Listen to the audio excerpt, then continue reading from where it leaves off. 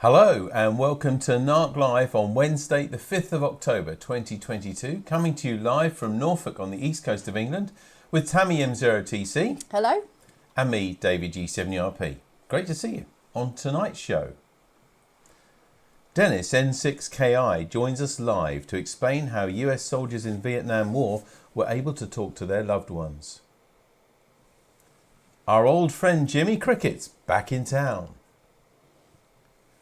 And we find out what on earth this is. And we've had a few entries, but if you'd like to enter, now you can enter it on BATC or Facebook, if you know what that is, and we'll read it out with the other entries as well in a little while. So, good to see you. First, we're going to start with club news, and there's a small change to our autumn programme, which I published a few weeks ago, and I thought I'd make a special mention here on NARC Live because I think it's something that normally is a very popular event.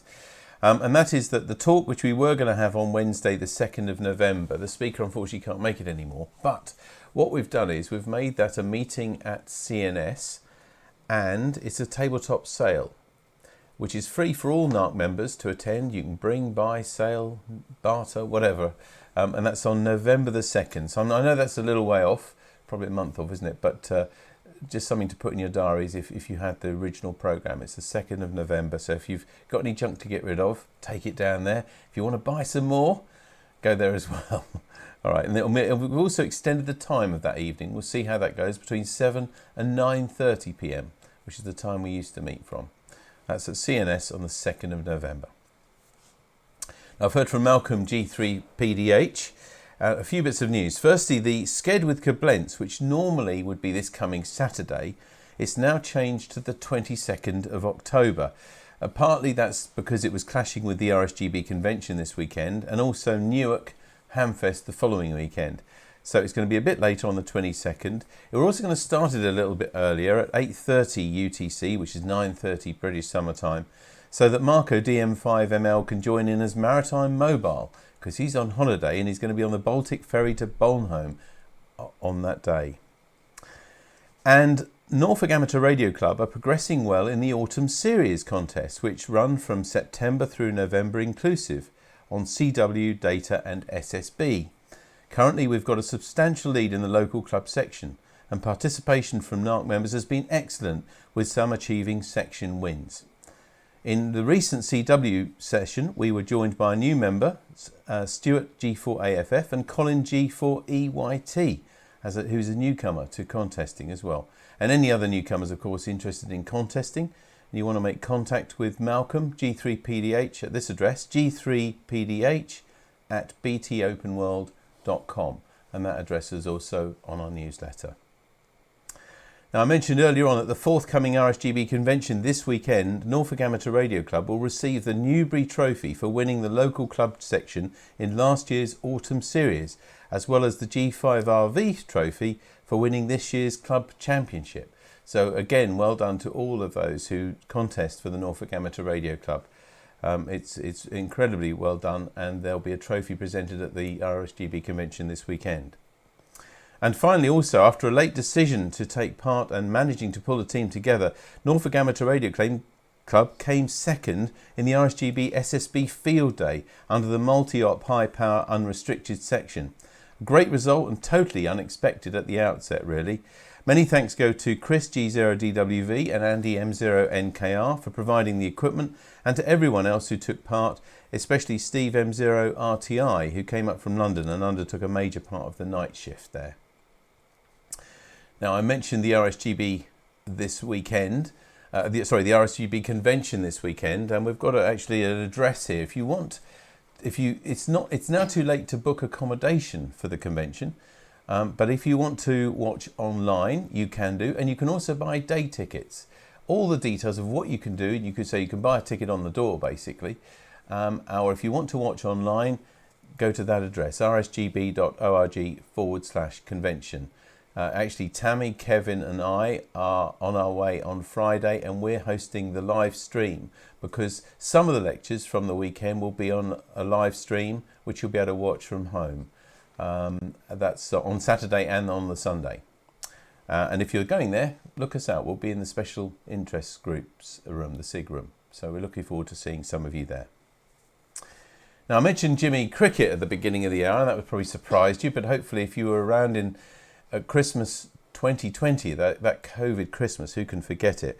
We had our old pal Jimmy Cricket come on NARC Live and entertain us all. Well, he just contacted us to say that he's celebrating 50 years in show business.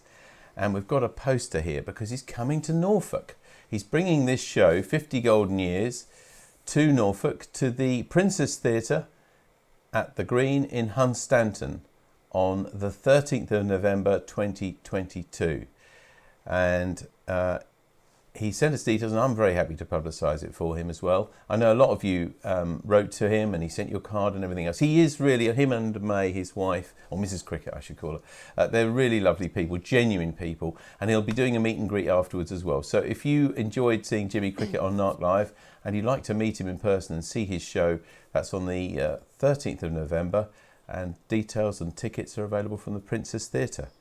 So really, I hope you come along. We might go along as well, because it's be a good evening.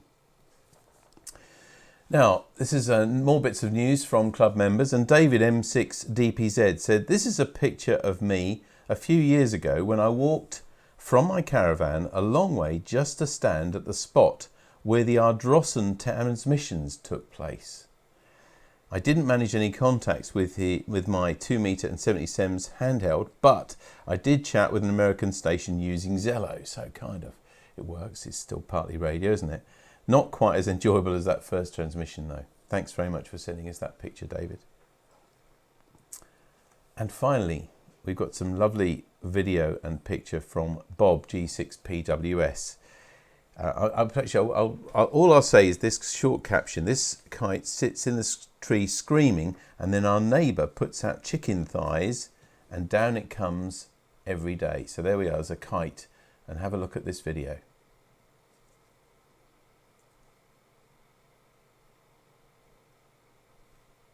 It is playing, don't worry. Look at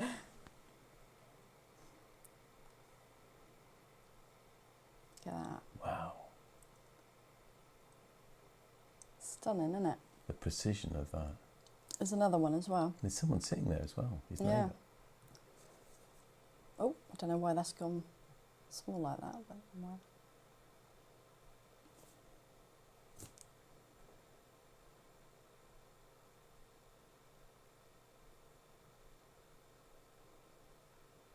Lovely, isn't it? Fantastic video. Wonderful. Bob, thank you very much indeed for sharing that with us. As always, we love to see your club, your member news and everything. Just send it to us at the usual address, radio@dcpmicro.com. Anything at all for NARC Live. We'll be back again in 2 weeks' time. So hopefully you can send us some things for that. Now, Tammy, over to you for your little people. The little people. Here's the little people for this week. This is called We've just actually had an imposter electronic come in. drum. This is yeah. Okay, we'll explain in a minute what's happened. My heart stopped for a moment. I'll tell you why. Tammy, just tell us a bit more about this and we'll explain to everybody at home what's happening. It's batteries. Right. Yeah, it is. Batteries, and it's a drum set. Yeah. And this is what we show you every week. Tammy picks it out. It's from miniature-calendar.com, and they have a new picture every day, and Tammy picks one for us. We better come back to the studio, I think, and explain what's happened. You better come around here, Kevin, I think, as well. In our midst. So we're locked in this building, or so we thought. There's very few people who know how to get in. I might be one of them. But you are one of the few, Kevin. And it just took my breath away because I suddenly saw someone come through the door, and there really shouldn't be anybody who could come through the door. And this is the first time we've ever had anybody join us for this. Yeah. And you're not wearing a mask, and you don't need to wear a mask at the moment. Anyway, good to see you. I can't. Yeah, we hadn't thought about sound or anything like that for anybody just gate crashing. Didn't really want to let you know. Are they for me? No. Oh. Hang on, I'll give you my mic. Right. I should just explain the reason I'm here is today is 9 years of marriage for David and Tammy. It's their wedding anniversary, and I'm sure a lot of you have seen it on Facebook. So I thought this evening I'd come and very quickly surprise them. Gate crash. Goodness me. And so there you go, from from all of us North Walsham direction. Which one's mine? I Oh, think I'll let you hold that one out. yeah, right. Thank you very much. Ginger wine. One of the few things I drink, I must admit. Oh, damn. Am I allowed Kevin. water near the mixer? No, I No. better take them back that way. Dripping. Oh, well, this is lovely. Thank you ever so much. I was wondering, he was our best man, I should explain. Yeah. As you probably know, Kevin, Tammy's brother, my best mate, and he was our best man at this wedding 9 years ago. I'm taking my breath away, though, because I just suddenly, I was talking to the camera and suddenly realised there's someone coming in the door. What's happening? He just... Did you not hear the doorbell or the squeakers or anything? I did actually. I saw it was you came in. Ah. Well, I thought I heard a the door doorbell bang, went. but I didn't know... And I looked at my phone. Somebody standing in the hall. I saw it was you. Marvellous. Not so much of a surprise then. Anyway, this is lovely. Thank you ever so much. That's I all was right. I was going to tell you off for not sending us remembering and sending us a card, but I won't come now. and see you. That's lovely. Thank you, mate. Cheers. That's all right. I better give you that back, and I'm going to just quietly disappear. There you go. Right, I won't start this yet. I don't think that's a good idea. Thank you ever so much, Kevin. Cheerio. Thank All right. you. Gate crashed. I know. You won't want an appearance fee, do you? No. No, good. Okay. Right, put that out of the way. Get back to the script. Get back to the script. Thank Tell me you. my phone. Thanks again, Kevin. That's all right. Thank See you. later. Bye bye. Cheerio. Cheerio. It's you. thrown you, hasn't it? It has thrown me completely because someone should not be able to walk in here because we're locked in, and there's he's probably the only one actually who knows how to get in with the combination lock and things. Anyway, back to the script. Thanks for bearing with us and that bit of kind of self-indulgence, I suppose. So let's get back to the script and say, what on earth was this? Did you know what this was? I thought I knew what that was when that was sent to us. I have to say. Well, you can say your guess first if you Well, like. I'll tell you when someone else guessed the same thing. Have Okay. we got anything online, by the way? We have actually. Oh yeah, we have. Okay, so Hang let's. on, I'm just going to check. Because there's Right, well, two. I'll read the first one.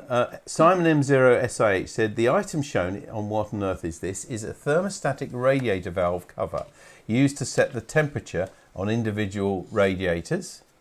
Tony M0TDK, I think this week's mystery object is the base of some sort of food processor, perhaps something used by vegans to grind their nuts.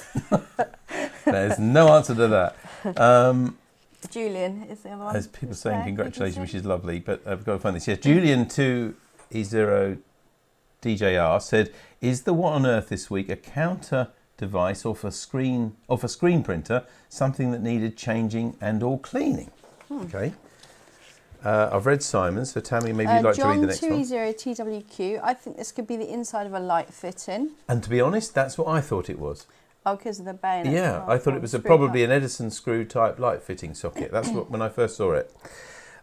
James M0JGX says, I think this is an applicator for a glucose monitoring device, such as a Libra. My daughter is type 1 diabetic, which is how I know. Stuart G4AFF, I think that it's part of a Freestyle Libra sensor blood sugar. Sensor blood sugar sensor. The part that holds or carries the sensor prior to fixing it to the arm or leg. And that they were the entries. So was anybody right? Well, it was a blood sugar. So those people were Sensor right. monitor. James and Stuart were right. Yeah, it's the container for a Libra blood glucose monitor sensor used by diabetics and others who need to monitor blood glucose.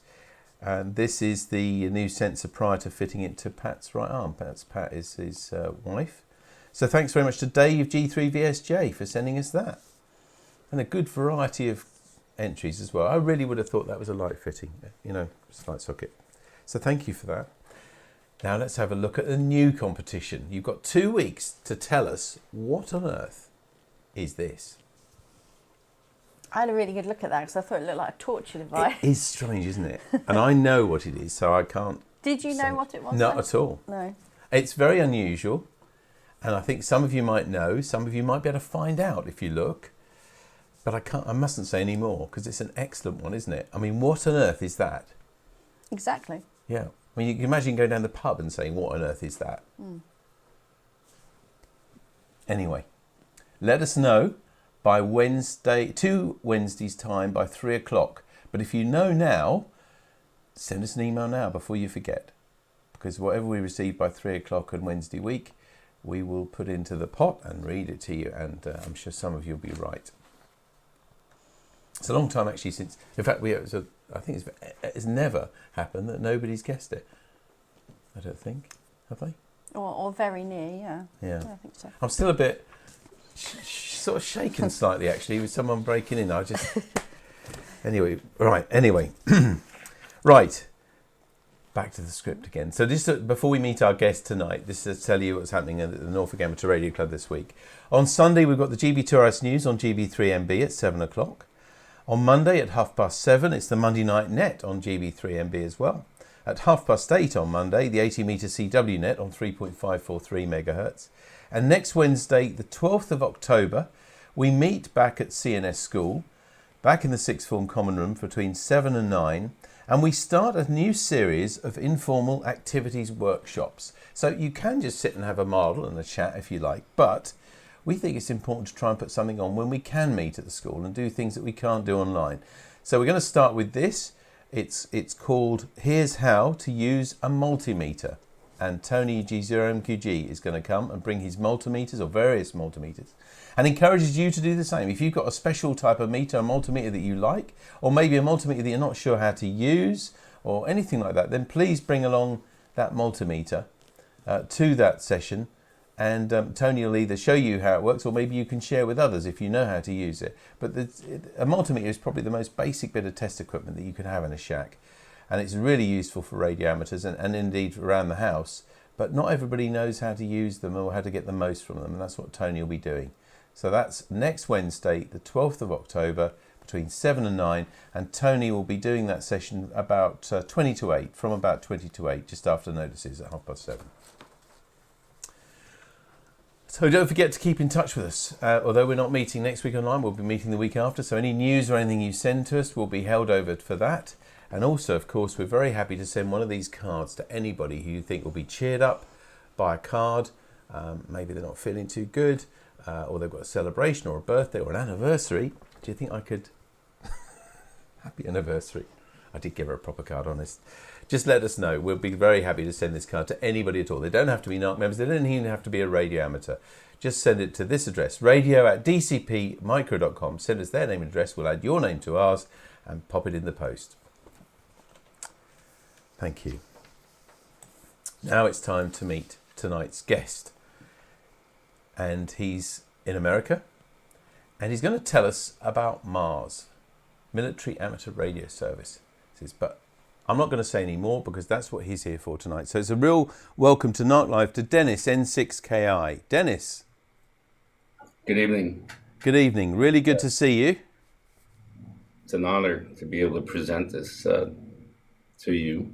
And thank you, Roger Cook and David Palmer, for making this happen tonight. Well, it's a really good story. And as I said, I don't want to spoil. I don't know anything about it except the bits that we've talked to when we talked at the rehearsal before.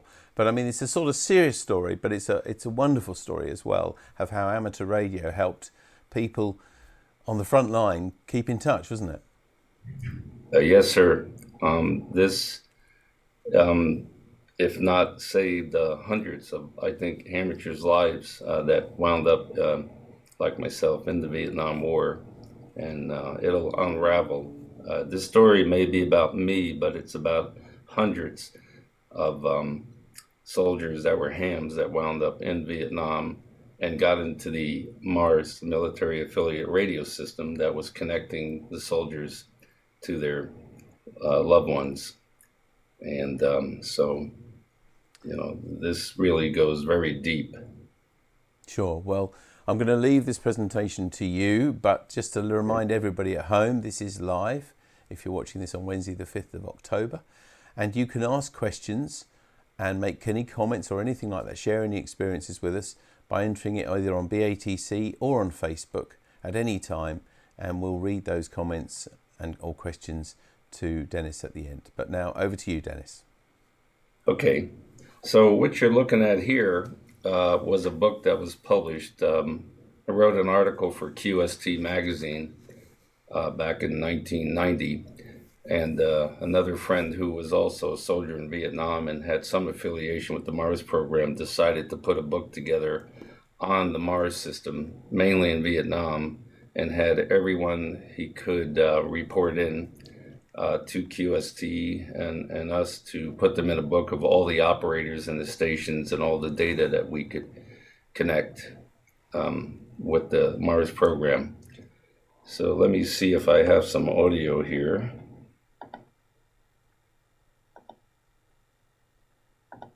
I guess not. There we go.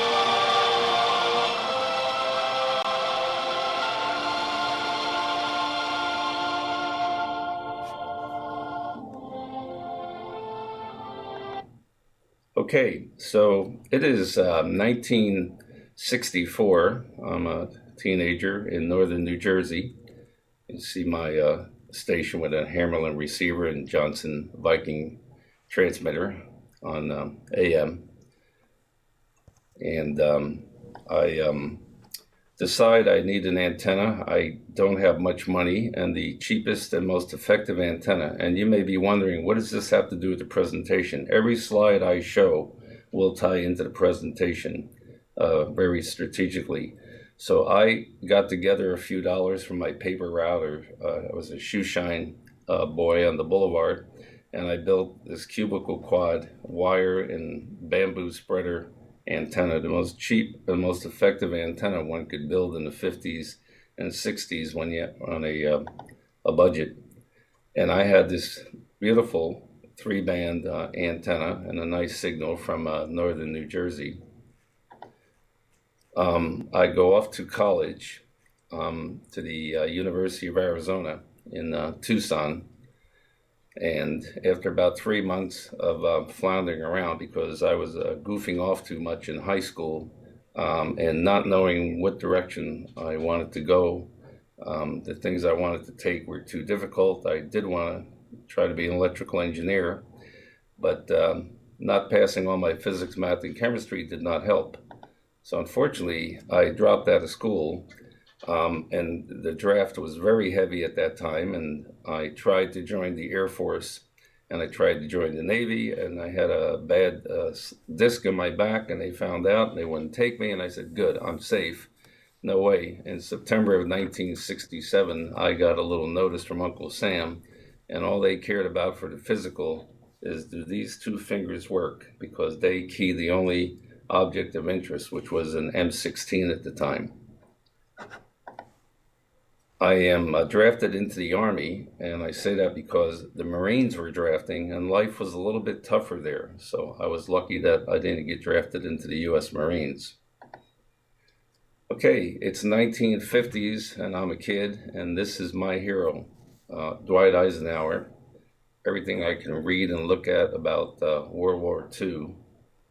And I just remember this photo in Life or Look, a magazine of Eisenhower reviewing the troops of the 101st Airborne Division.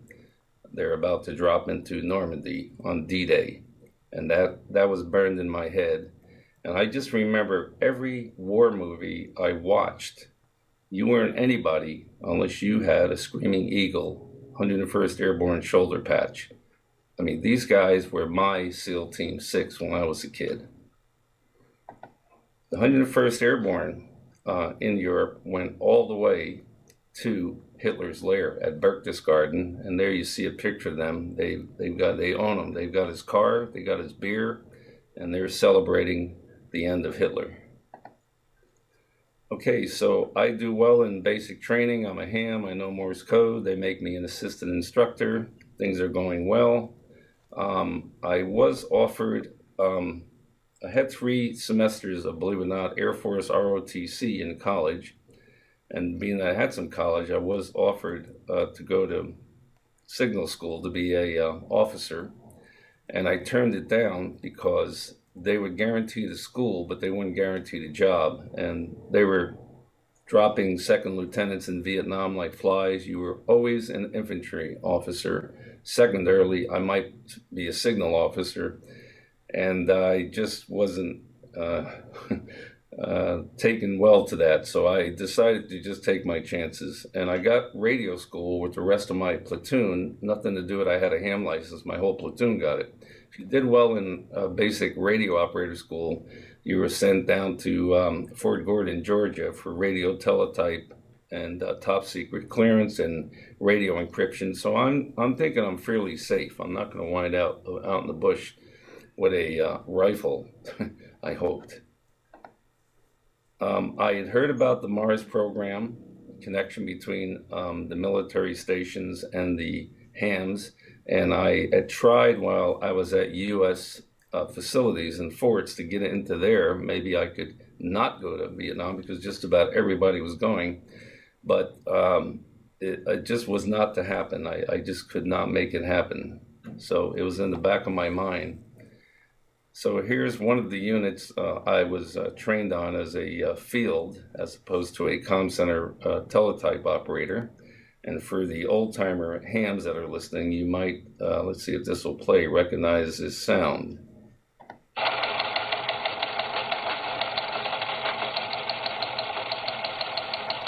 A model 15 or 19 or some similar nomenclature teletype machine. We operated out of vans, not in cushy comm centers. And we actually set our antennas up out in the field. So I was having fun. Here I am, a ham. Hey, I'm getting to play field day.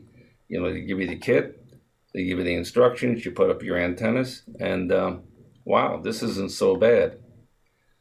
Well, we graduate, 200 of us, from the school in Fort Gordon, and we're not given any specific orders. They said you will be given specific units when you get to Vietnam. Of the 200, 198 of us went to Vietnam. One fellow got Germany, one fellow got Italy. And it's funny, the guy that spoke Italian, do you think they send him to Italy? No, they send him to Germany. This is how the military does things. So we're sent to the 90th Replacement Battalion. It was called the 90th Repo Depot. Down there, Tan Son Nhut, the big air base near Saigon, and we await orders to specific units. And again, I'm thinking of Mars, that if there's any way I can do this. So, and I know that I've heard, you know, it's again, soldiers, you could be just sitting in the field next to a radio, or you could be in a building, but these calls were going through, and I'm thinking I've got to try and get into this Mars system. So while I'm waiting for orders with my buddies, I contact the main Mars station in Vietnam for Army, which is Alpha Bravo 8 USA. Now these are now USA calls, you know, but back then Alpha calls and November calls were not being issued in 1967, just the W and the K calls. And I call and I said, hey, can you use a Mars operator? And they said, oh yes. You're a ham? Yes. Well, there's a problem. So what's that? Well, we would have to know you were coming. It'll take 30 days to get you in here, and you'll be gone in a week or so. So sorry, do you know anybody really important? And I didn't, you know, like some general. So that was the end of that, my connection, and I kind of given up that, oh well, that's that. What happens next could have been scripted, I swear, by Rod Serling.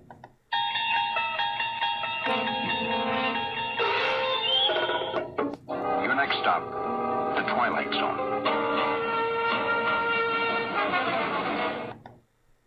Okay, so back at the 90th Replacement Battalion, all but 15 of us get orders for nice comm centers, what we would call a cushy rare echelon job, and there's 15 of us left, and they don't need any more radio teletype operators. So the next thing I know is I and my 14 other buddies, we are now shanghaied into the unit of my dreams, the 101st Airborne Division. Well, this is good, but this is a problem because we don't have the training that these guys have. And now I'm getting really worried. So not only do we go to the 101st Airborne Division, we go to one of the most prestigious and elite units of the 101st Airborne, the 506th Infantry, and I'll explain why in a minute. This Curry He was their motto. It's a Georgia, state of Georgia term for Indian tribe. It means we stand alone. Now, if you've watched the Band of Brothers movie, that was the 506th Infantry.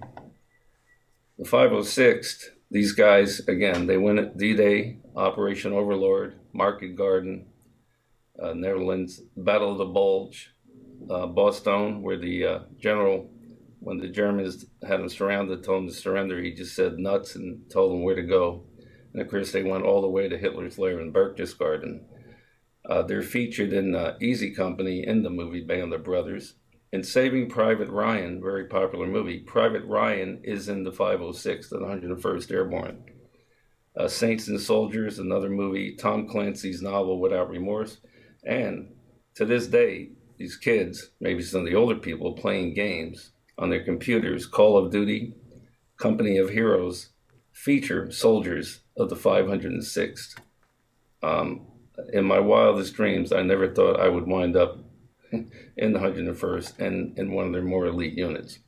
So the 15 of us, we protest mightily that there's been a mistake. And the sergeant said, no, you're all infantry. You are now in the 101st Airborne. But Sergeant, we don't have that kind of training. You will have it. You're going to thank God that we're going to train you here in Vietnam for the combat.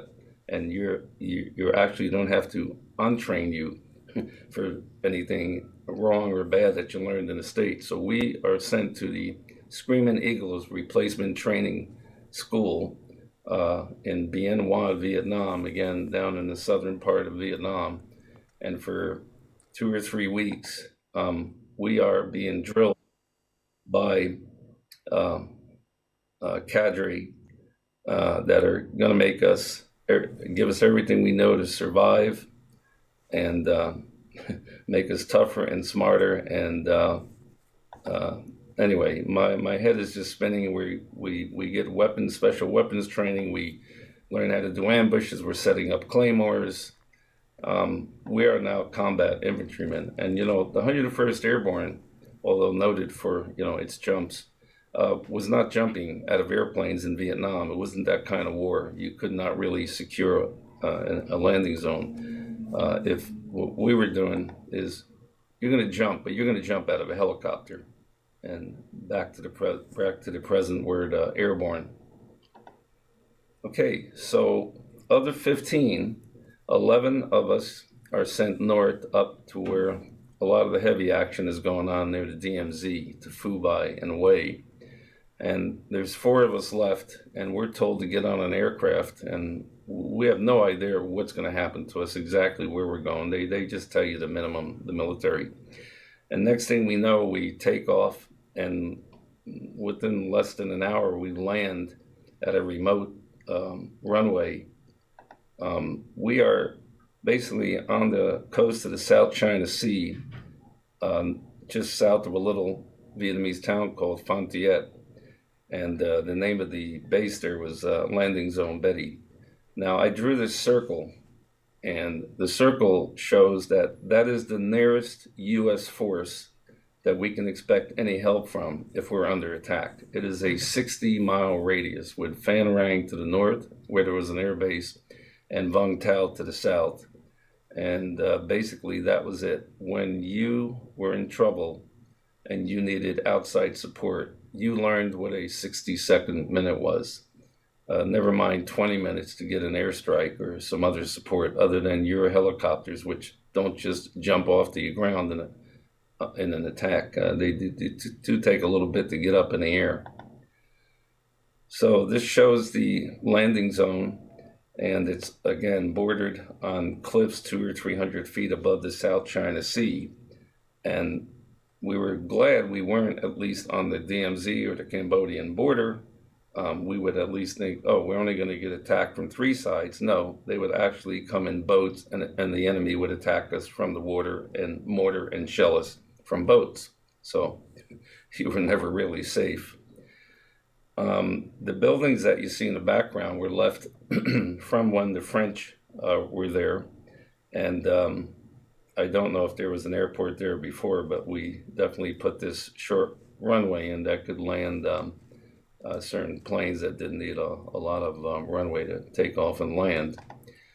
Anyway, basically you had a runway with the units all surrounding it. These little black dots around the periphery are bunkers, okay, that we would guard at night. We didn't have too much trouble during the day being attacked because we could see people coming from miles, but at night it seemed like the enemy owned the night, and so you would be manning these bunkers at night. There were about 1,000 troops stationed here, 500 of which were with the 101st Airborne. The other 500 were support troops. So I and my 3 buddies are assigned to headquarters company, again, but with no specific orders of what we're going to do. And I am really worried. First, after the training that I had, I wrote a letter home that I really didn't think I was going to survive as a combat infantryman. I just told my parents just to be prepared for the worst. And I thought I would, I am in the unit of my dreams, my lifetime, but what is it I can do for them and not get myself killed or my buddies? And I didn't think being a combat infantryman was going to be it. And I said, I have got to find a radio to operate is what I have to do, because that would be the penultimate job for me. That is what I do. It's what I know. So we fall out every day if you don't have specific job or orders in front of the headquarters building, and they'll come and issue you your orders at that time and your assignment. And I asked someone, I said, well, how long does this take? They said, well, this could take a week probably before you'll actually get some orders cut, usually not less. And I decide after they don't call my name, they just put you on duty around the base camp. You're building bunkers, digging defensive positions, you're doing all kinds of tasks. And filling sandbags and just to keep you busy. And I say, well, wait a minute. They don't come but every morning and look for you. No one takes your name until the time they come and get you just for the daily duty. So I decide one morning to walk off, go what they call AWOL, and I risk, being busted and saying, well, they won't come and look for me during the day. I'm going to go look and see if I can find a radio to operate, because this, I feel, is going to possibly save my life if this happens. So I go walking around the LZ, the base camp, and touring it on my own, and I'm looking for a radio to operate. I'm looking for antennas and a radio. The radio I would love to operate was this single sideband radio. Probably cost about $10,000, 10 times that much now. And the best one the military had, and if I could find that, I know I could do well for my unit. I did not want to find this radio. This radio winds up right there. And out in the bush with that radio on your back, guess who the enemy knows who you are? And in an ambush gone bad, I used to think you had a 7-second life expectancy under an attack gone bad. I was wrong. From what I read from Wikipedia, it was 3 to 5 seconds. The enemy was known to take you out, and the soldier behind you, who was either the platoon sergeant or the lieutenant, that was ready to grab the mic on the radio. So I go walking around the base camp, and I spend the day looking for antennas. Now, by the way, in the background, you'll see how close the enemy was. That's our bunker right there, one of the many bunkers around there. So at night, this was all enemy territory that we would be attacked from. Anyway, I'd find an antenna, I'd find the coax, I'd follow it down into a building, and I would go ask, hey, do you need a radio operator? Desperate, but you do desperate measures in desperate times. I'm looking for any type, I don't care how weird, what contraption, any antenna. And I finally walk into a compound, which was normally a secure compound with high chain link fence around that. For some reason, the gate was open. Like I said, during the day, things relaxed, but at night, it was a different story. And I spot this microwave dish in a facility, and I start walking around this compound looking, where do the coaxes go? And I spot this shipping container, a 6-foot cube that's sandbagged by bunkers. And hey, look what's up above there. Gee, do I recognize that antenna? I said, wait a minute, the military does not use these type of antennas. What could that be? I go up to the front of the bunker, I track the coax downward, and I pop my head in the little entrance of this bunker. And before I even enter, I hear this sound.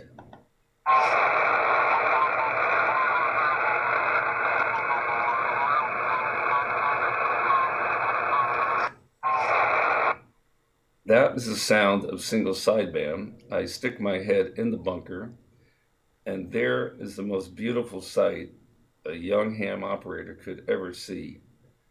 This is all Collins, the best radio equipment in the world. That would be like giving a 20-year-old kid a Mustang GT 500 Shelby car. And I go, my God, could this be? I see the KWM2A transceiver. I see this 500 watt 30L1 linear. There's a speaker power supply, but what I see that really gets my heart pounding is I see the word phone patch on the front of this unit, and I'm going, could this be? I leave the bunker, I turn to my right, I see a building built out of old ammo crates and tin roof, and I hear some music playing in the background. I stick my head in the doorway, and it's a partial bunkhouse and bar for the troops stationed in this compound. There's two soldiers sitting in there. I startled them, and they said, what are you doing here? I said, hey, what's the deal on this bunker next door? And they said, oh, if you want to call home, you contact us or come back at 3 o'clock. I said, no, I don't want to. Is this a Mars station? They said, how do you know that? I said, well, the antenna, the equipment. They said, yeah. And what do you want? Well, I want to be an operator. Well, yeah, but you're not in our unit. We're a different Army unit. We can't just have you come over here. But you come back later today at 3 o'clock, and this fellow, Pat Yunker, Sergeant, he's running that. He does his duties from like 6 a.m. to 2 or 3 p.m. and then the rest of the day he runs these calls through where they have contact with the states from 3 p.m. in the afternoon till about 3 in the morning. So I contact Pat Yunker, and he says, hey, good timing. He says, I've got 30 days, I'm leaving, there's no one to run this radio station, but we have a problem. You're not in my unit, and you're not going to get transferred to my unit, but let me send you to another fellow that between him and I, maybe we can help you out. He sends me to talk to a civilian, and that's a civilian contractor that's actually working on the base. But let me get back to this little out of sequence. When Pat was putting these calls through, they didn't have phone lines running all over the base camp, only to major facilities on the base camp. So the average soldier had to come into the bunker and stand next to Pat or sit next to him, and Pat would jam a microphone in their face. You imagine if you had mic freight, and this was your no privacy phone patch to your loved ones. Also, there's danger. This was a few months before when the ammunition dump across the road had blown up when the enemies had mortared and rocketed the base. And the living quarters were blown apart, and the antenna was also blown apart a little bit here, and the buildings that were there were crushed like soda cans from the rounds going off. Anyway, I was told to go and talk to a fellow named Jack winning like winning a game, who again was a civilian liaison to bring supplies into the base camp. And he was a WA6 WDB ham, and he was the main support for the Mars station.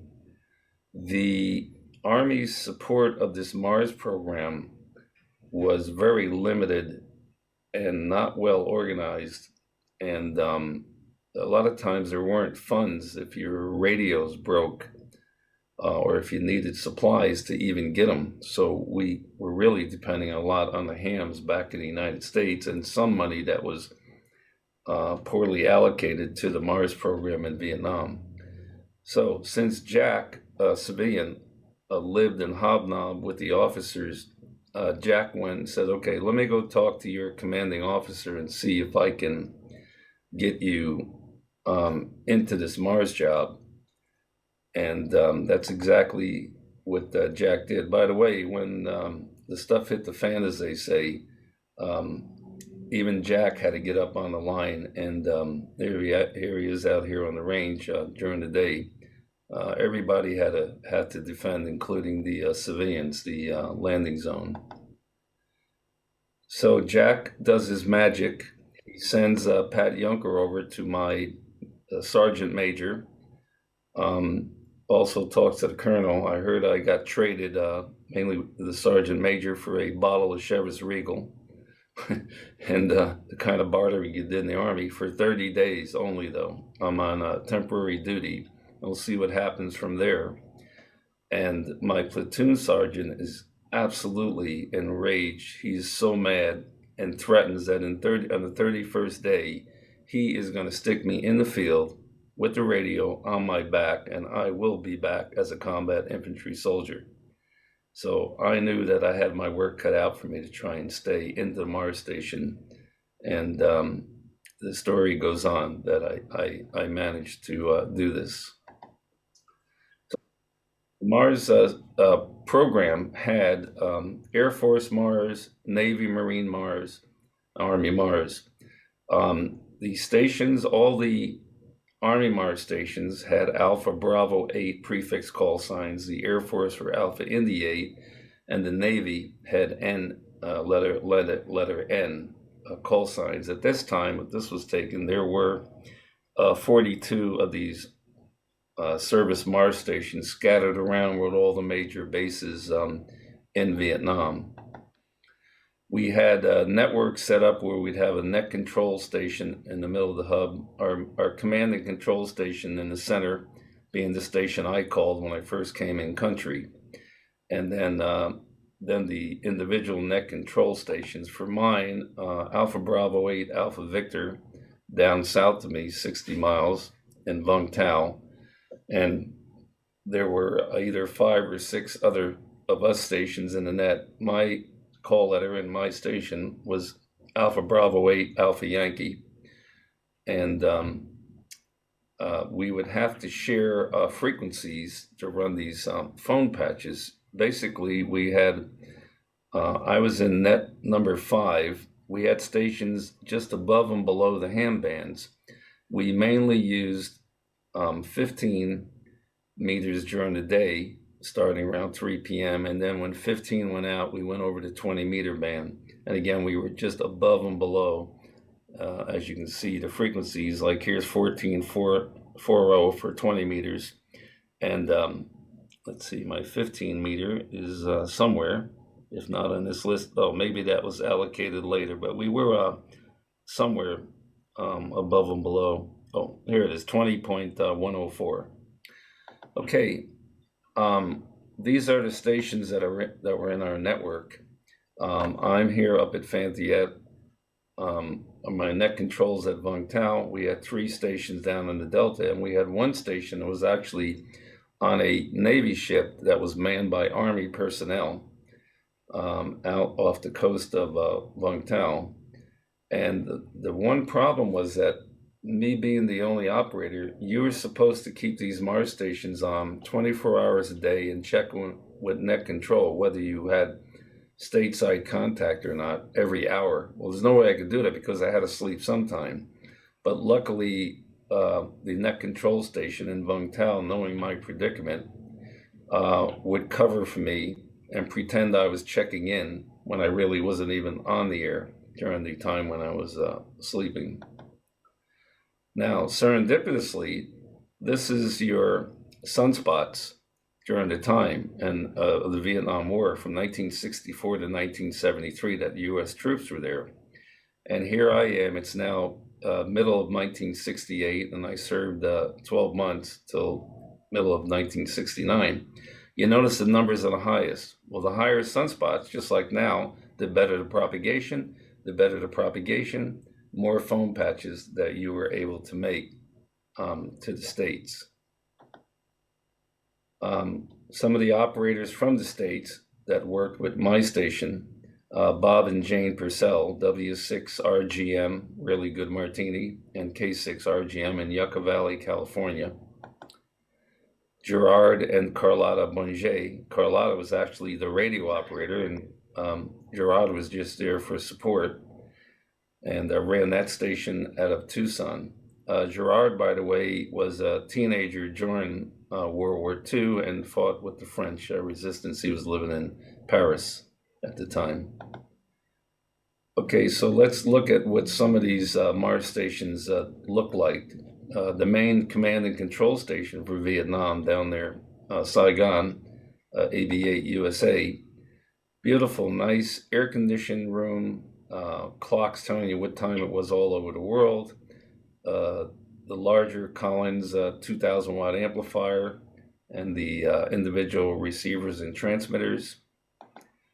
They also did teletype. Had I gotten in here, I would have been an asset because these are R390 receivers, and they did send Mars grams. So if you couldn't get a phone call through, they would send a telegram instead. And that would have been perfect for me, but I did not get into that station. They were located down in near the R&R Center in Vietnam, which where you went for your R&R for in country. Their station was set up using like a truck trailer, and being that again catch can on supplies and things. They're using a construction scaffolding for their tower. The antenna happens to be a ham beam that's been high gain, that's been modified to go on the Mars frequencies. There was also, they were lucky enough to have a calling booth next door, which afforded you some privacy, and also because at night there would be explosions going on in the background of most of these base camps. It would keep that from getting into the phone lines and scaring the heck out of the people you were talking to. They even had power, which I did not have, to power an air conditioner to try and keep mainly the equipment, not you, cool. As you can imagine, it generated a lot of heat.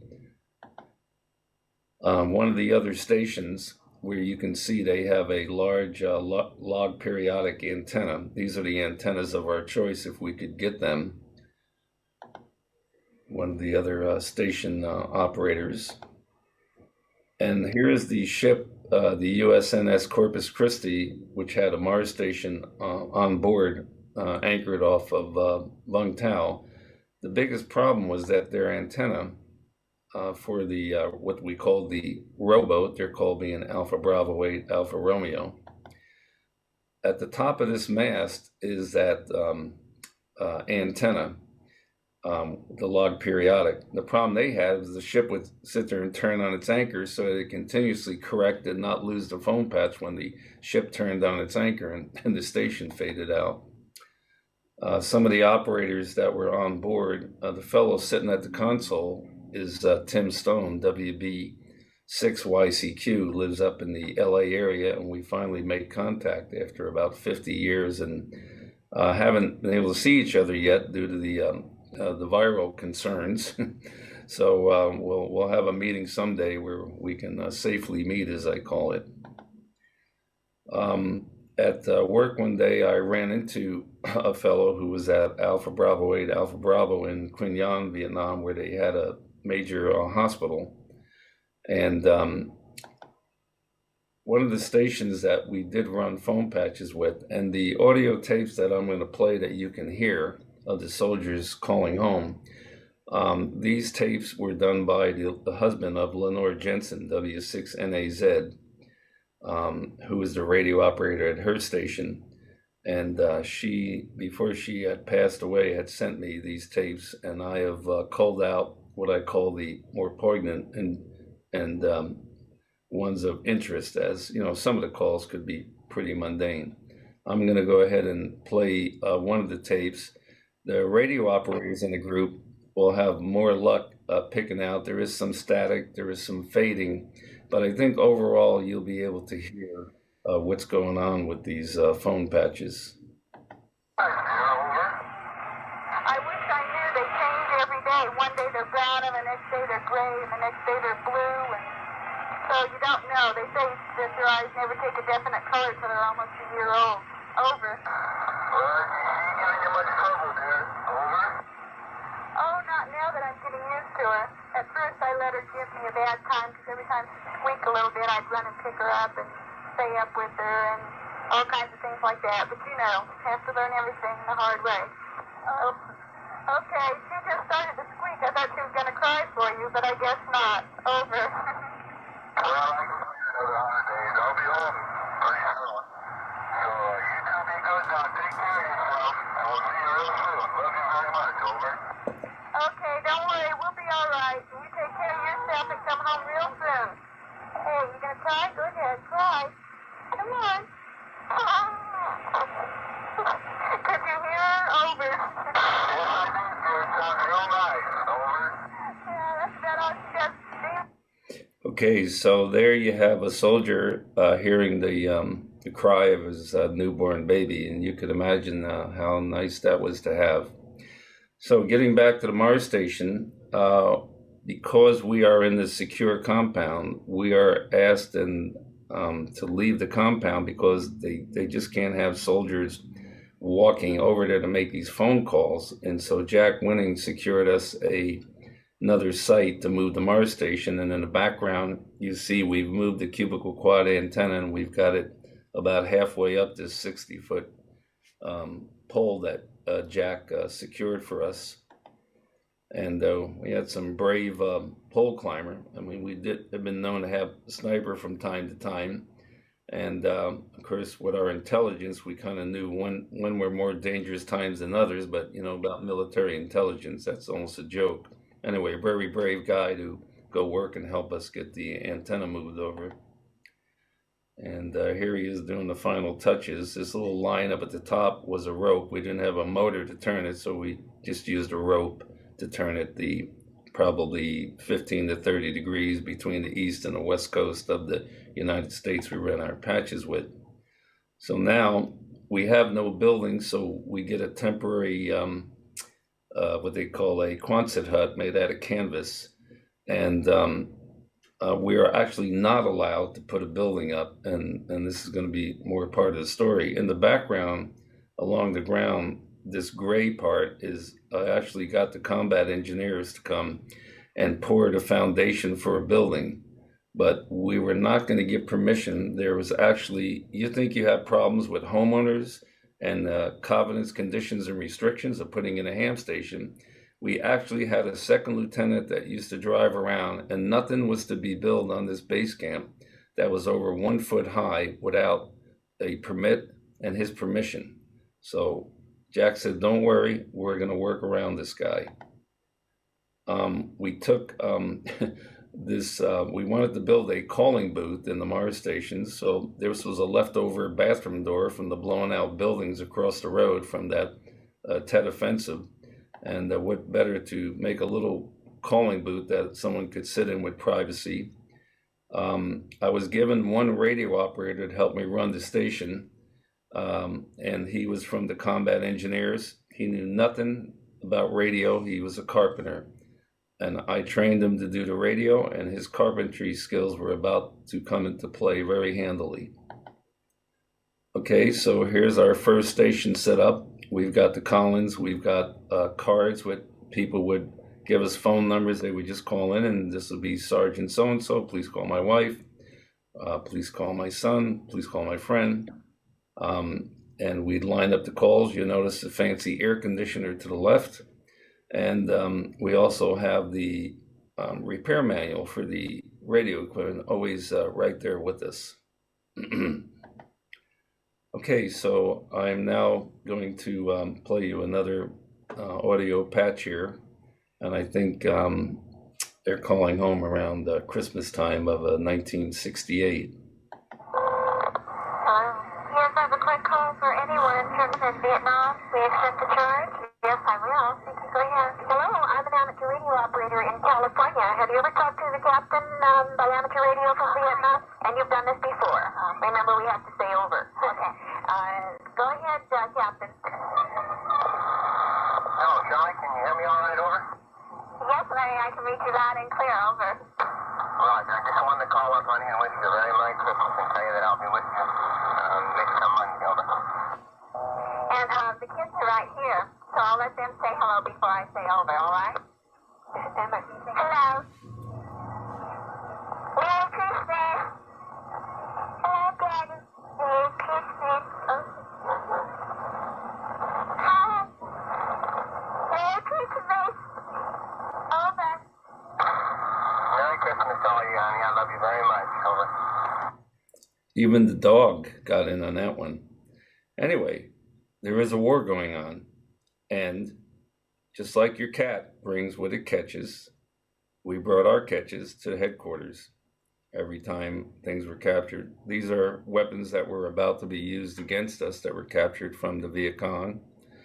And you can see landmines in the background, improvised, wire cutters down the bottom here to get through our concertina wire, machine guns, rocket launchers, even a captured radio. So anyway, the officers are there showing off their catch of the stuff that we stopped that were going to be used against us some other evening. This is a shot taken at 3 o'clock in the morning, lit up like daylight. The light is coming from parachute flares that are floating overhead. We are under attack one night, and I am at the Mars station. I decide I'm going to go out, and the attack seemed to be a little bit away from my part of the base camp. And what stupid bored soldiers do is they go out with cameras and take pictures. And anyway, I decided I would go to a nearby bunker and take a few shots. Now, if we had enough time, we would get the Cobra attack helicopters off the ground to help defend us. And you did not want to be on the receiving end of one of these with its 4,000 rounds a minute and 24 rockets. And glad that we didn't have, the enemy didn't have that stuff to use against us. So I climb on top of a bunker by the Mars station, and my reasoning is I did not want to be inside the bunker. In a previous attack where we had been overrun 3 times, where the enemy was inside our wires, and they actually got to one of the bunkers where my friend was, and my friends were in there, and a satchel charge, looks like a little mini suitcase, was thrown in right at their feet. They had all their lives flash in front of them. Luckily, it did not go off. And because of very limited visibility, I said, you know, I'm going to take my chances on top of the bunker. And while I'm here, I'll take a few pictures, because unless the enemy gets close, I've got nothing else to do. And if a round comes in and it lands outside on the ground of the bunker, I'm protected. If it lands on top of the bunker, I won't know it. It won't make any difference. So during this attack, what you're seeing here, the red lines going from left to right, is the actual helicopters flying by that I saw a minute ago. And these are the running lights. Down here, these red lines are actually minigun, machine gun tracers. The white splotches are rockets being fired. And as you're going to see, it just gets more lively and more lively as the attack goes on. And our perimeter is only, 500 feet away that this action is going on. That is the enemy out there. and it just gets even more and more intense until it builds to this moment. And I can guarantee you do not want to be on the receiving end of all that. That is thousands and thousands of rounds of bullets and rockets being fired. That's what the white splotches are. Now, if we really got in more trouble, we could call for an airstrike from what they call Puff the Magic Dragon. It was a AC-47, and it was equipped with these miniguns, each capable of, I think, 2,000 rounds per minute each. They could circle up above, and I heard that they could actually, if they were above a football field, they could put a bullet in every square foot. And as a test, they used to let a rabbit go in the middle of the field, and he never made it off the field. I think the animal protection people would not like to hear that, but it happened. This is a shot one night where they came and were supporting us, and they were overhead. And this is the spiraling down of these 6,000 rounds a minute down to the ground of what it looked like when one of those planes was firing. I again thought, I've been trying to look for a video of sound and what this looked like, and I have not found one yet, but maybe I will at some point. So I wanted to let you hear what it sounded like during one of these attacks. These are a little bit more modern time helicopters, but there's no difference in the explosions and the rounds of going off. So I'll give you a taste of what I heard on that bunker that night.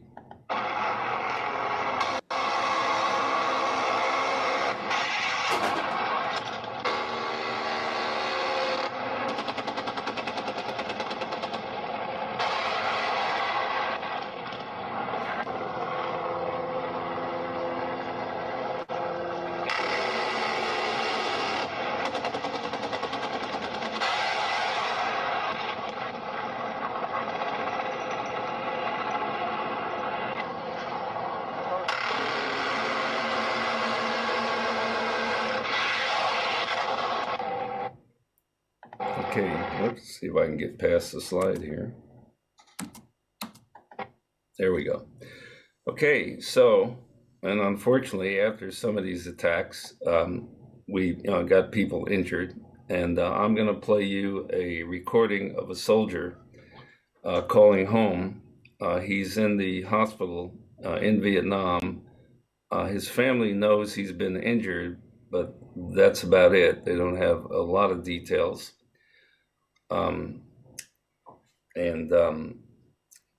Hopefully you can hear this well. Oh, and by the way, I want to mention, I didn't mention earlier, these were one-way phone calls. You couldn't interrupt each other, and I and the operator on the other end had to flip a switch. We listened for the word over, and both of us flipped the switch at the same time to send the direction of the call back and forth. So that's what when you hear the word over is all about. Hello. Oh, that's fine. Have you talked before by radio to Bill in Vietnam? No, I haven't. Well, he's going to speak to you now from Key Non. Did you know he was in the hospital? Yes. All right. No, I'm so glad to talk to him. Yes, I know. Well, now cry now before he gets on the phone. So you know. I'll probably. So, yeah, don't cry. Talk loud and very positive and make him happy. All right. Hello, mother. Myself, I'm in the hospital here. Want to talk to you a little bit about something you think to happen to me here. And thought I'd let you know, and they said that you did her best to get a hold of you. Over. Well, how are you feeling? Over. They got me messed up the last firefight I had, so I thought I'd call you and let you know. Over.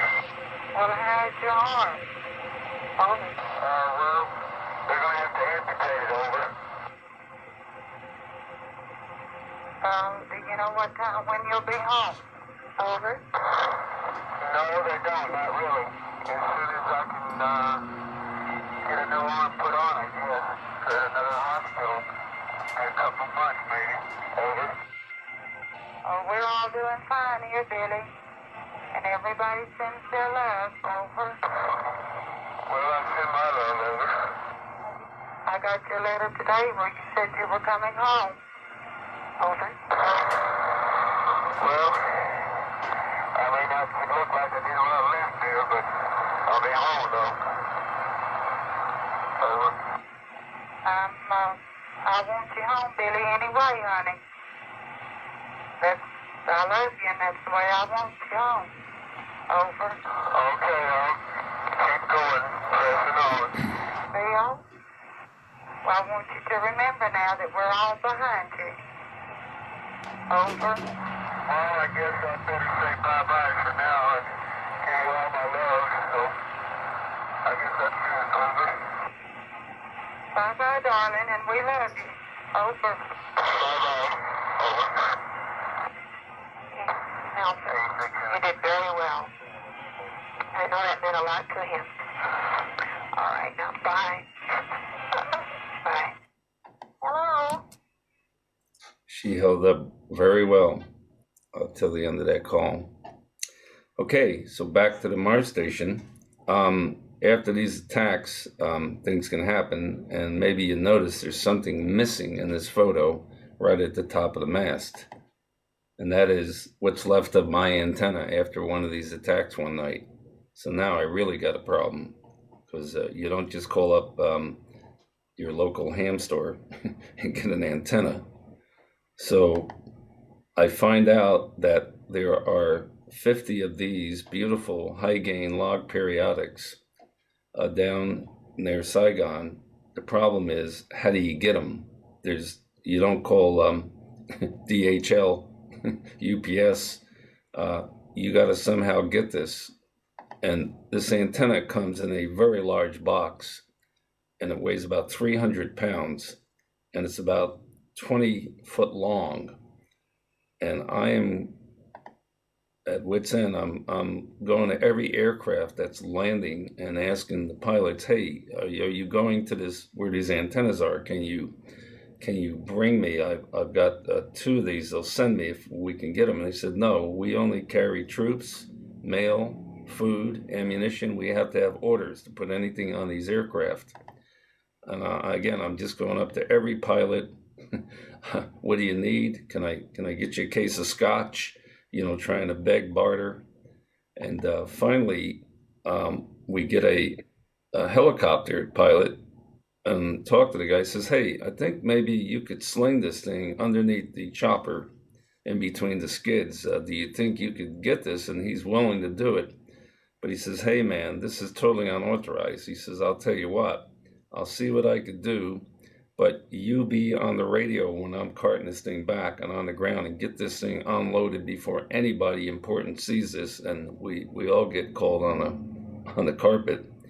And I said, okay. So we arrange a schedule, and I says, you give me a call when you're coming in.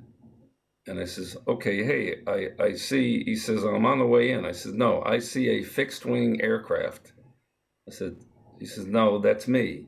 I said, no, I see a fixed wing. I don't see a helicopter. He says, well, that's me. And let's see if I can get out of this.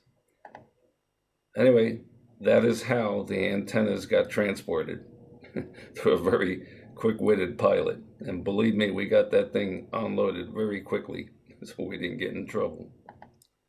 So I'm now going ahead and putting these antennas together with all kinds of missing parts and ill-fit parts.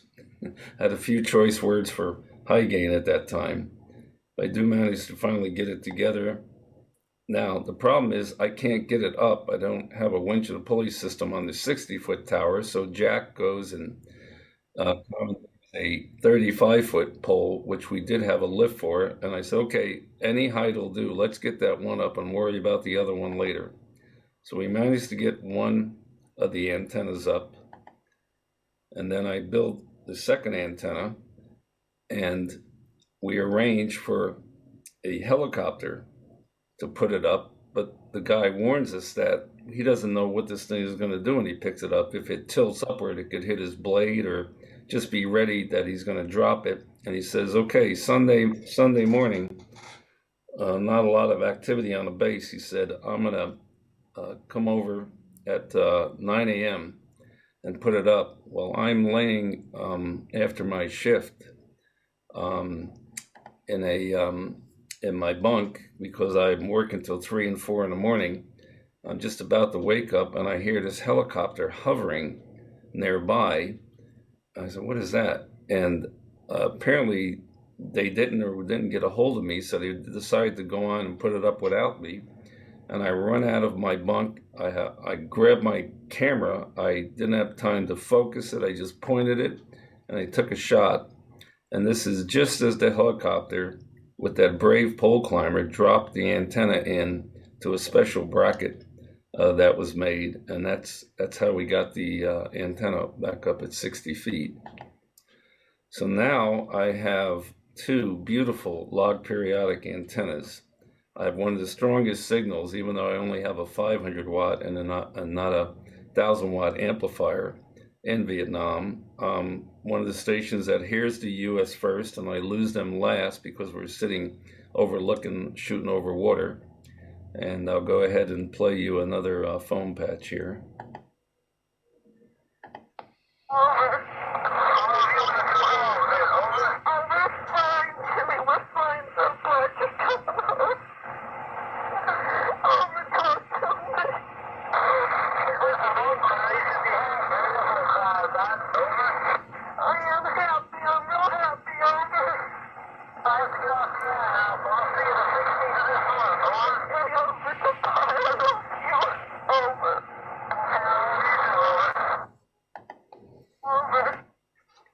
Okay, so next, Jack decides we're going to get a building, a real building. Again, we have no authorization to put it in.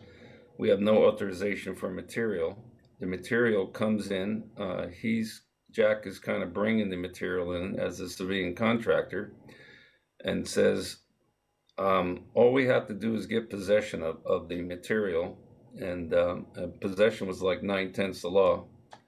So the material would come in on these LSTs during the day, and the material would be put down on the beach, down by our fuel storage tanks, and it would not be inventoried till the next day. So Jack said if we could obtain the material in a midnight requisition, as we used to call it, it's pretty much ours.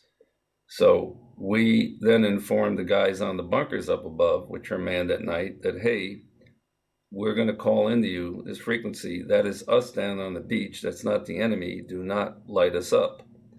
And we go ahead and ComShaw the material we need to build the Mars station. Now, the problem is, again, we're not allowed to build anything over 1 foot high. So I engage my radio operator, Mel, up here with the hat, and his combat engineers to build everything in pieces that are not over 1 foot high.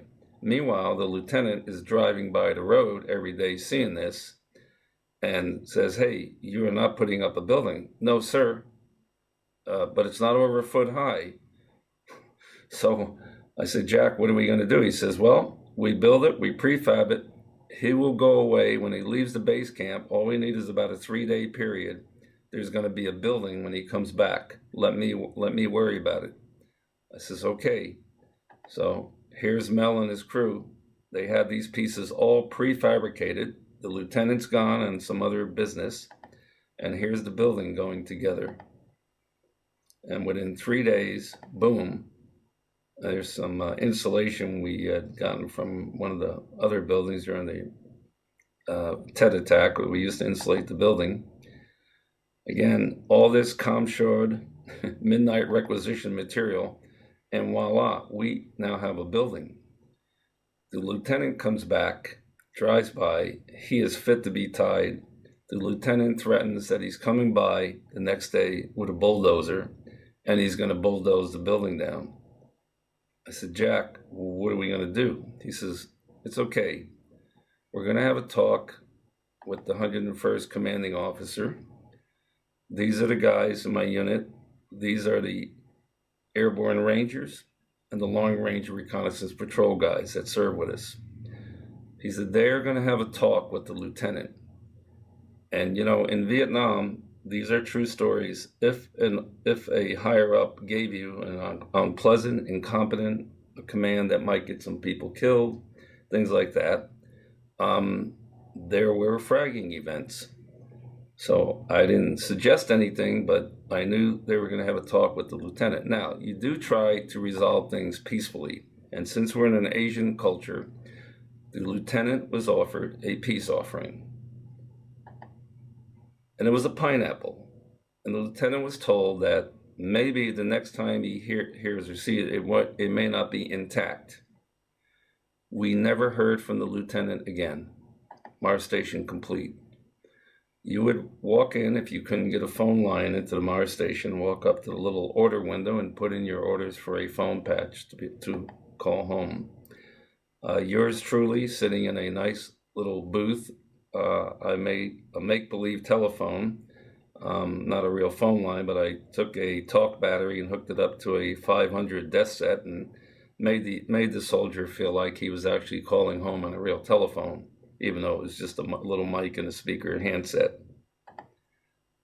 Mel did a great job of building us a beautiful console for our stations, a little workstation that we had, and a second station. We could actually have two frequencies if we could get them going at the same time, and two calls going at the same time. Now, let's get back to when I first went to Tucson to attend the University of Arizona before I was drafted. What does a ham do when he comes to town? The first thing you do is get to the local radio club. And at the local radio club in Tucson, I went and met a young guy. I was 18 years old, he was 16, and we became best friends. In fact, I pretty much lived at his house every weekend. He'd had a younger brother my age that had passed away of cystic fibrosis, and his mother literally adopted me as a half brother. And you're wondering, what's the story with this guy? Well, some of you may have heard, but this guy happened to be the famous TV and movie comedian Gary Shandling. And how he ties in is we would not have enough frequencies. We used to have to share frequencies to run phone patches because we'd have 5 Mars stations, but we could only run a station above and below the 20-meter band. And the other guys would have to stand by, and we thought this was ridiculous, and we couldn't get issued any new frequencies. So Gary and I decide and Gary tried to get permission to run phone patches to us, and they would not give him permission because he couldn't put 6 to 8 hours a day in. And we were begging if we could just get ham stations to put even 1 or 2 hours a day. So we got an idea to go find some frequency. We'd monitor it for weeks, and we wouldn't hear anything on it on the 15 and 20 meter band. And go ahead and just run phone patches. No phone call, no call signs. I was on during the day. We'd be calling out like a CQ for CONUS, Continental United States. Does anybody hear us? Want to run patches? And I'd hear, hey Dennis, QSY.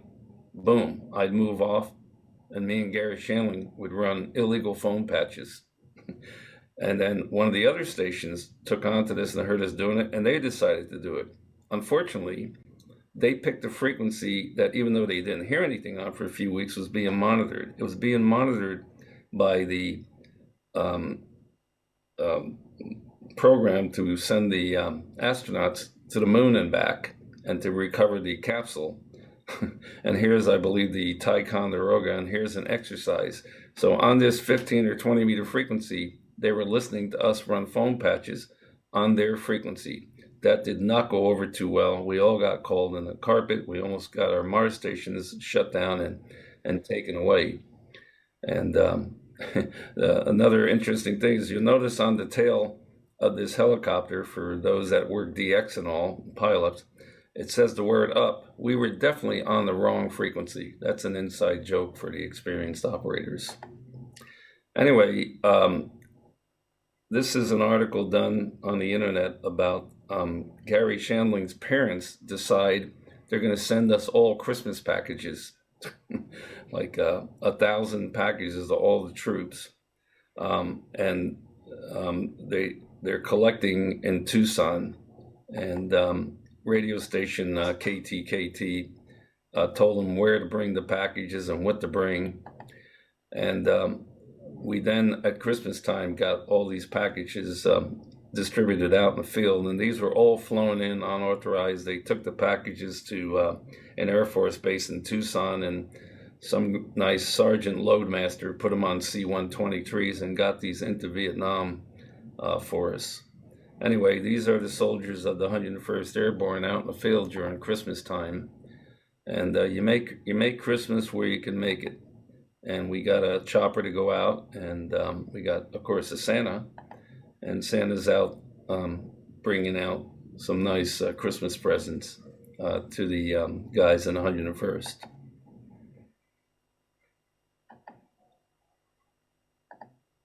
Oh, and my friend Jerry Stabile from Chicago got to sit in Santa's lap, tell him what he wanted for Christmas. He asked to go to town and be with some of the gals, and of course his request was denied. And not to leave anybody out, we had a little present for the enemy, and it went over with great impact.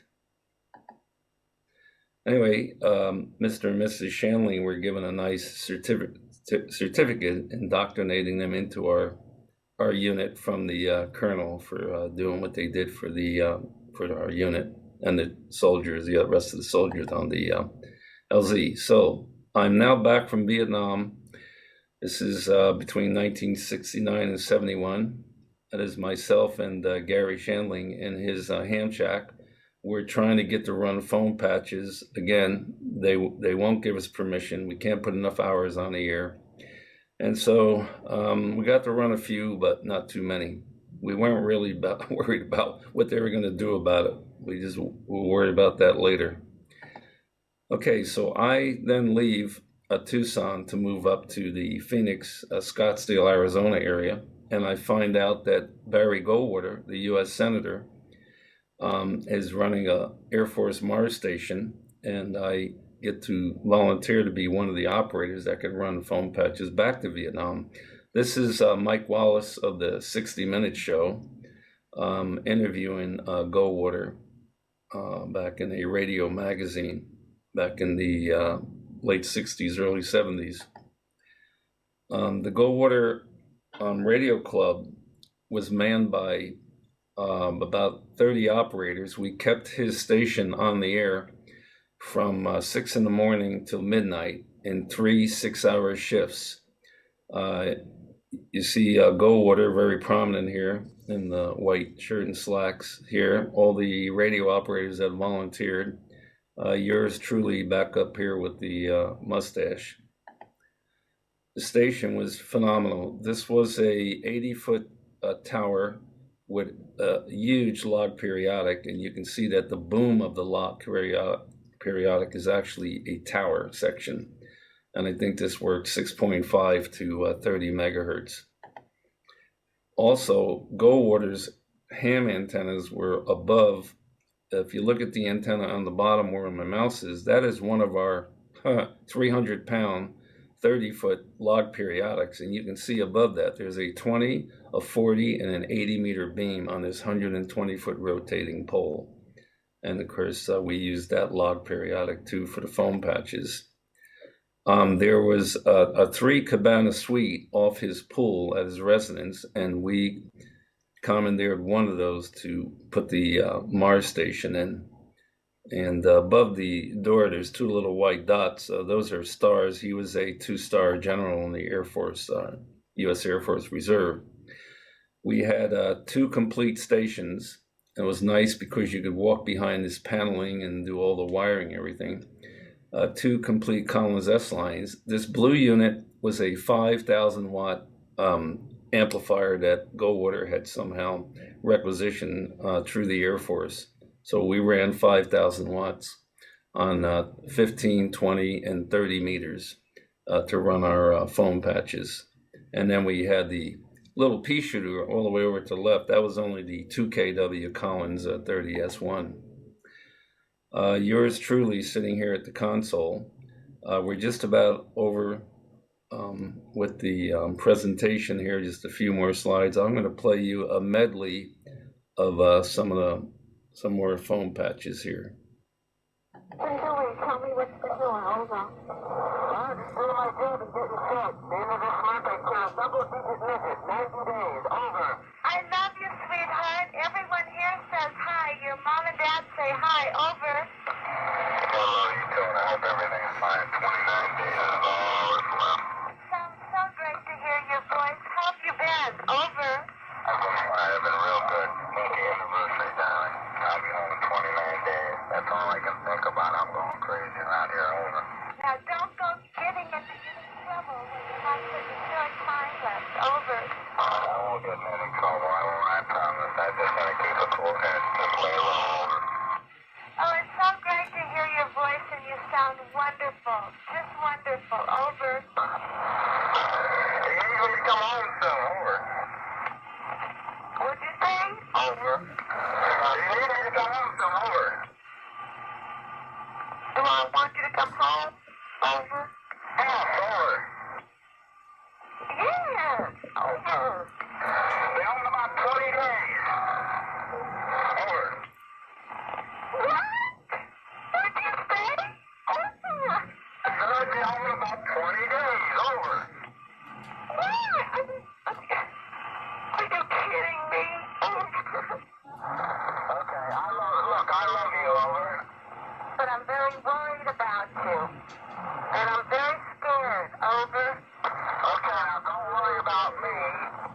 I love you. Please be careful, over. Yes, everything is fine.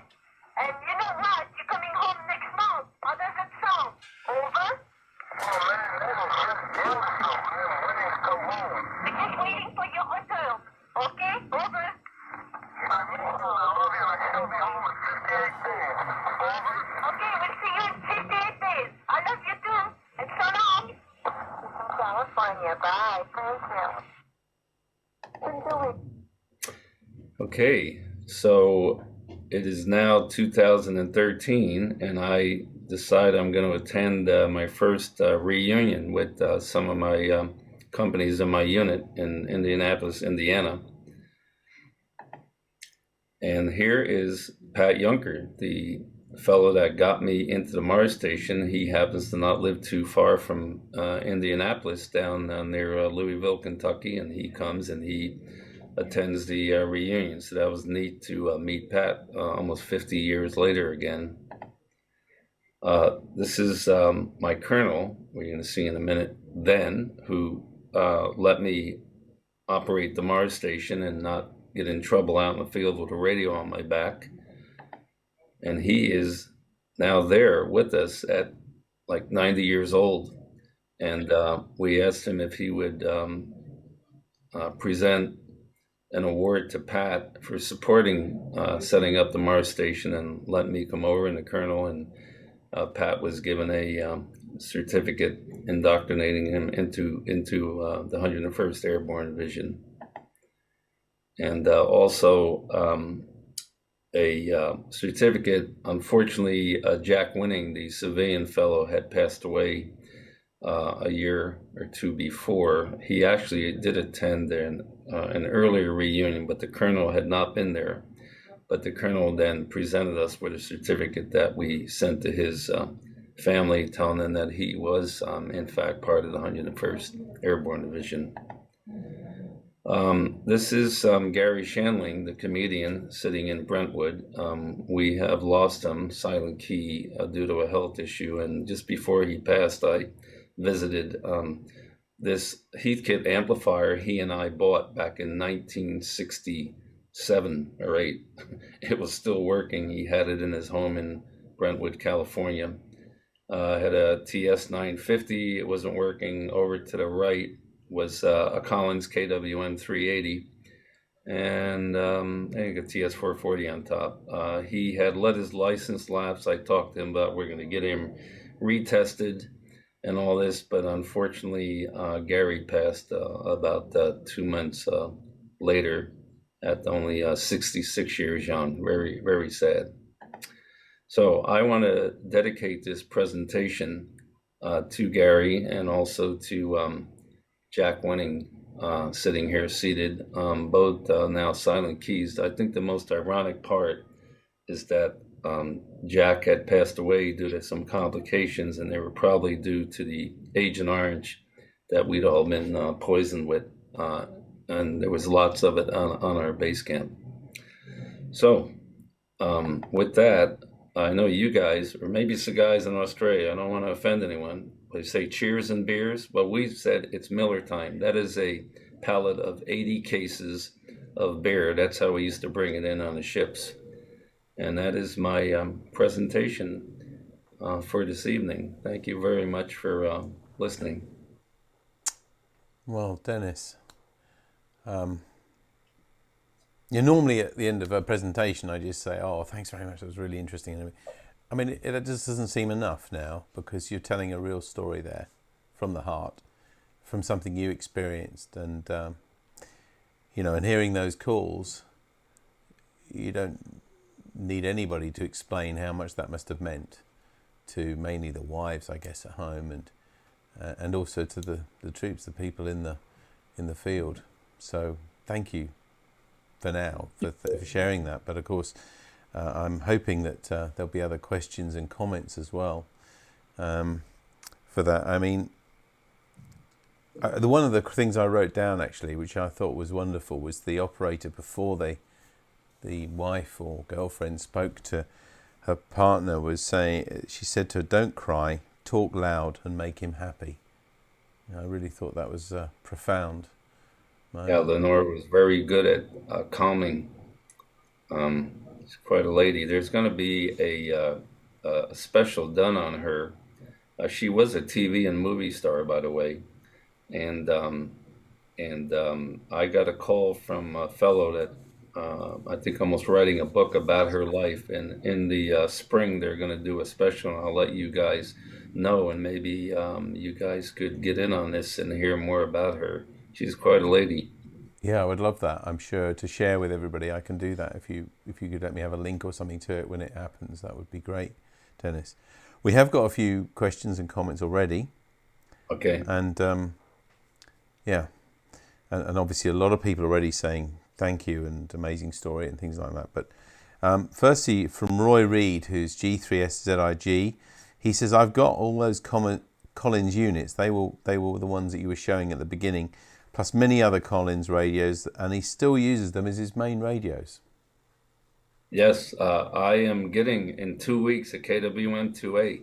I inherited a KWM-2, but I said, no, I want the real one like I had in Vietnam. And I just found one in really nice shape, and it's going to be shipped down to me. So I'm looking forward to having one back after 50-something years. I bet. That's going to mean something else, isn't it, to you? Oh, yeah. And I'm putting the foam patch unit that comes with it on my mantle. So when people walk in the door and they go, "What the heck is that?" I'm going to say, that's something that saved my life in Vietnam, if not my mental sanity, because it really, a lot of hams got out of harm's way by getting into the Mars station. Those were not assigned jobs. You had to get in, catch as catch can. But and although it may not seem at first thought as something as, I would say, important as being on the front line fighting, you were really helping to keep the spirits up of the troops, of your colleagues, of the people who were on the front line. I mean, it was a really important job, wasn't it? Yeah, and it was sad when they didn't return. You knew something happened, and and then you heard their families. And if I can briefly, I had one fellow, and you tried not to get attached to anybody because they could be gone the next day. And this one sergeant would come in, career guy, flew a spotter plane. And he would come, it's funny, a war zone, he's got every Wednesday off, he would come in to call his wife. And I would allow him, he had 5 kids, I would allow him extra time. It was the sweetest call, it was like a soap opera. You could feel the love between these two people. And I said, oh my God, if I could marry a wife like that and these kids, I would give them extra. It was just like the call with the kids earlier, just like that. And I felt, I was really hooked into this, and unfortunately he didn't come back.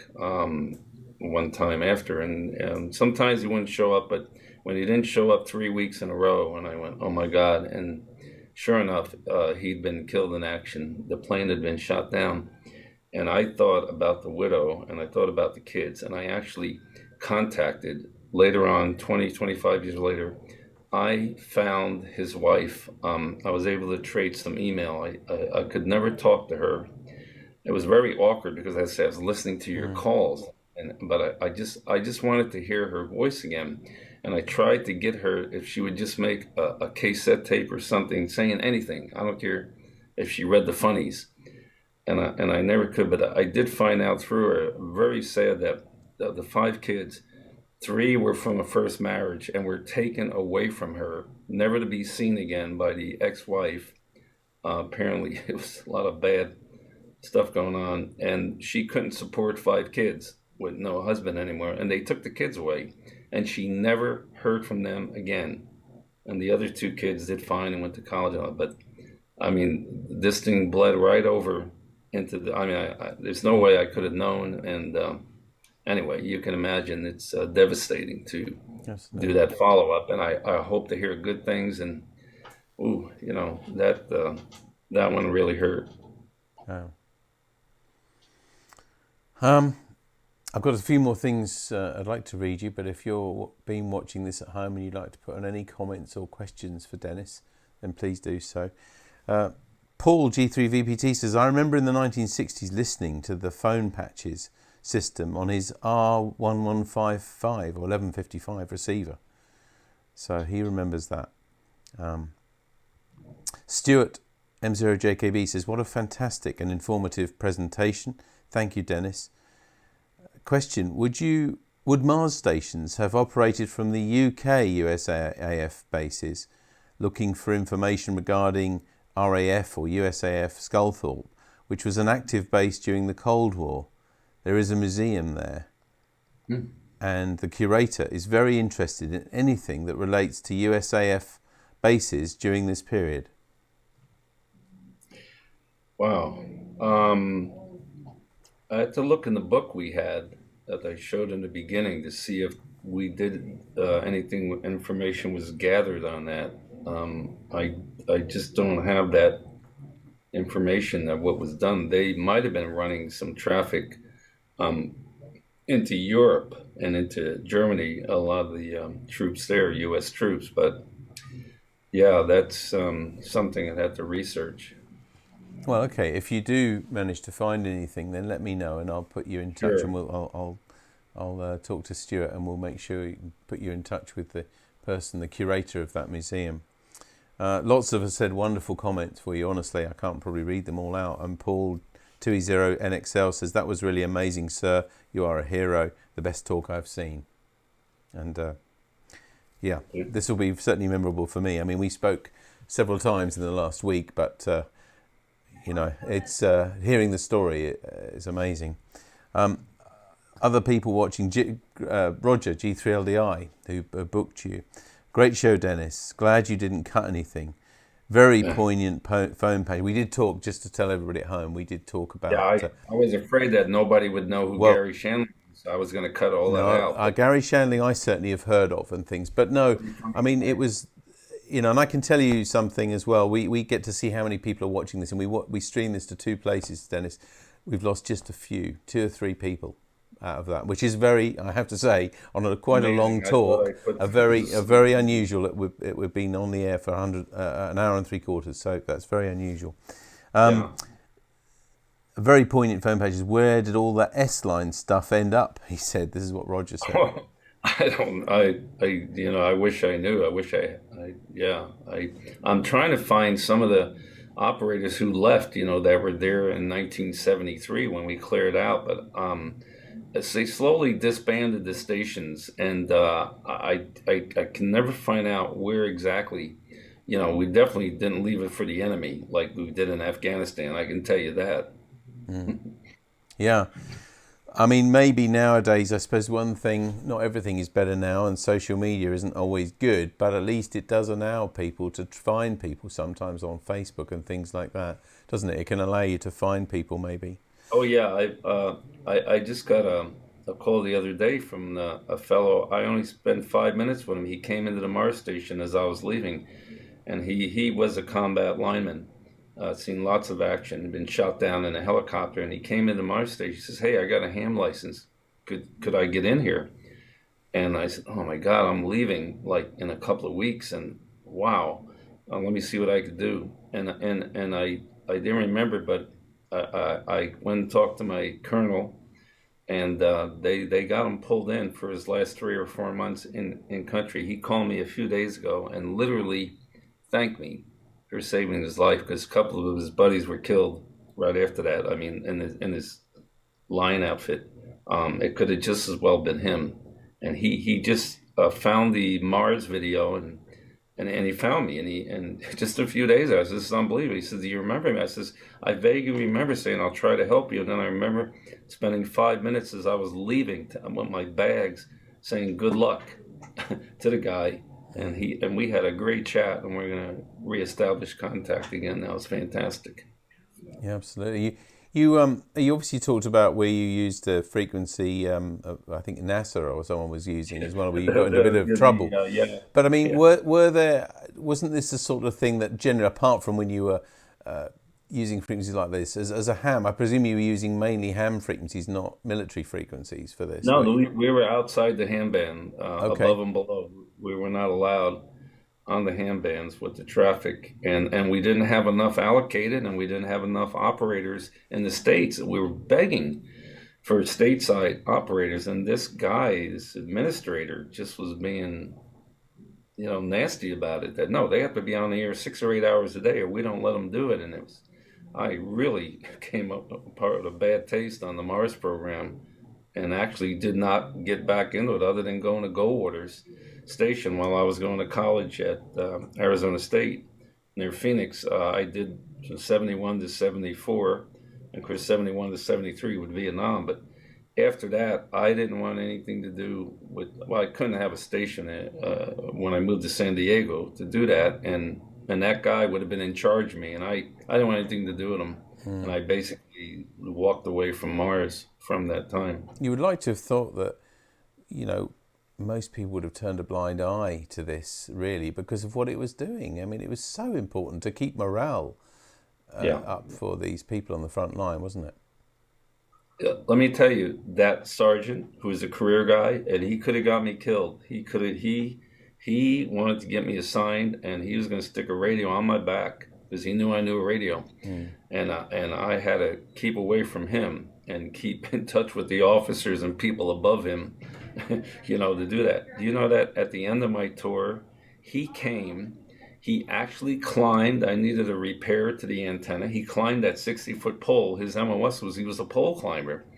And he actually said, I was mean to you in the beginning, but now I saw the morale you did for the troops. I didn't think it was worth anything. I thought it was a waste of time. And he actually came and apologized to me and actually thanked me. So, yeah, I mean, finally they saw what it was worth, for this morale booster. Yeah. Must return for some comments. Stuart G4AFF says, "I love my 305 or 30S1. Is that a 30S1? 30S1. Yeah, the big amplifier. Yeah. Right. The one I couldn't have. I didn't have enough power. That 5,000 watt one that you saw, the light blue one, was something else as well, wasn't it? Yeah. Mike G4DYC says, "Great presentation, Dennis. Many thanks for all your service." 7-3 from Mike, and G4DYC. He's a Collins enthusiast and also the phone patch unit as well. Yeah. He asks as well, is Mars still active, and in what way? They're connected with FEMA, I think now. The big, like the guys that are managing the Florida disaster, with the hurricane, and I think they tied Mars into FEMA, but it's just a skeleton of what it was. And and like I say, I'm out of it. I just hear from some of them, but there's not playing a super huge role, other than they have tied it into national emergency situations like what's going on now with the destruction in Florida. Yeah, absolutely. They're Yeah. probably passing traffic, aiding and passing traffic, I would Yes. imagine. Yeah, there's still a place for amateur radio in these sort of Oh, yeah. emergency Always. situations. I mean, I and several colleagues are in Raynet. We're very, very rarely called on, of course, now with such modern communications, but occasionally Yeah. it happens. We had a case a few years ago, it's only happened once for me for real, where flooding threatened to take out a telephone exchange on the coast. And of course, if it had, then there would have been no infrastructure left for the mobile phones either. So, yeah, very real. Yeah. Roy, G3ZIG, who I mentioned earlier, he said, please ask you to have a look at his QRZ page sometime. So it's G3ZIG. You might like to make a note of that. Zulu, India, what's the last letter? G3ZIG, Zulu, India, Golf. Okay. But I'll drop it on an email to you. I mean, Yeah, and by the way, anybody can reach me at my call letter N6KI, November 6 Kilo India at arrl.net. Okay. And, follow up.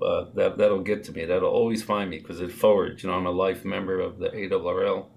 I should be a life member of RSGB. I got to tell you real quick that I didn't use mainly the ARRL handbook in Vietnam.